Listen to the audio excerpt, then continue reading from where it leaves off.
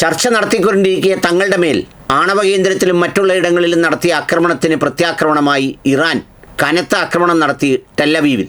ജനവാസ കേന്ദ്രങ്ങളെ മുഴുവൻ കടന്നാക്രമിച്ചത് കൂടാതെ ഗൾഫ് മേഖലയിലുള്ള US-ൻ്റെ എയർബേസുകൾ അതിശക്തമായി ആക്രമിച്ചു. സൗദി അറേബ്യയിൽ നടത്തിയ അക്രമത്തിൽ ഏതാണ്ട് 12ഓളം അമേരിക്കൻ സൈനികർക്ക് പരിക്കേൽക്കുകയും ഒരാളുടെ നില ഗുരുതരമാണെന്നും പറയുന്നുണ്ട്.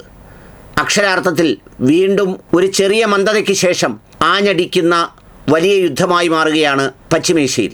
ട്രംപിനെ സംബന്ധിച്ചിടത്തോളം ആർക്കും വിശ്വസിക്കാൻ കഴിയാത്ത, വായിൽ വരുന്നതെന്തും വിളിച്ചു പറയുന്ന, ലോകത്തൊരു ഭരണാധികാരികൾക്കും സംസാരിക്കാനാവാത്ത സവിശേഷമായ മാനസിക രോഗമുള്ള ഒരാളിനെ പോലെയായി മാറിയിരിക്കുന്നു എന്നതാണ് സത്യം.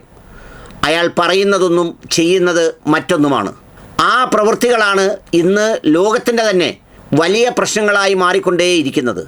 ഊർജ പ്രതിസന്ധി ആഗോളതലത്തിൽ ഗൗരവമാംവിധം വളർന്നുകൊണ്ടിരിക്കുകയാണെന്ന് അന്താരാഷ്ട്ര ഊർജ നിലവാരങ്ങൾ അളക്കുന്ന വിവിധ ഏജൻസികൾ ലോകത്തിന് താക്കീത് നൽകുന്നു. ഇത് സൃഷ്ടിക്കാൻ പോകുന്ന പ്രത്യാഘാതം മനുഷ്യരാശിയുടെ ആകെ പ്രതിസന്ധിയായി മാറുമെന്നും അവർ വിലയിരുത്തുന്നു. ഇറാനെ കഴിഞ്ഞ ദിവസം ഇസ്രയേലിനെ കൊണ്ട് ആക്രമിപ്പിക്കുകയും അതിൻ്റെ ആണവ കേന്ദ്രങ്ങളിലേക്ക് നടത്തിയ ആക്രമണങ്ങളും അതുപോലെ തന്നെ വാട്ടർ റിസോഴ്സസ് ഒക്കെ അടങ്ങുന്ന പല മേഖലകളിലേക്ക് നടത്തിയ ആക്രമണത്തിന് കനത്ത പ്രത്യാക്രമണമാണ് ഇറാൻ നടത്തിയത്. കുവൈറ്റ് എയർപോർട്ടിലെ മോണിറ്ററിംഗ് സംവിധാനം ആകെ തകർത്ത് കളഞ്ഞു ആക്രമണത്തിൽ. അതുകൂടാതെ മറ്റ് മിഡിൽ ഈസ്റ്റ് രാജ്യങ്ങളിലെ പലയിടങ്ങളിലേക്കും അബുദാബിയിലേക്കൊക്കെ അടക്കം കുറച്ചുകൂടി ശക്തമായ മിസൈലുകൾ പ്രവഹിക്കുന്ന ഒരു രീതിയിലേക്കെത്തി. ടെല്ലവീവിൽ നിറയെ ആക്രമണങ്ങൾ കൊണ്ട് വല്ലാതെ മൂടുകയും ചെയ്തു. ആക്രമണങ്ങളിലുണ്ടായ നാശനഷ്ടം വളരെ കനത്തതാണെന്ന് റിപ്പോർട്ട് ചെയ്യപ്പെടുന്നു.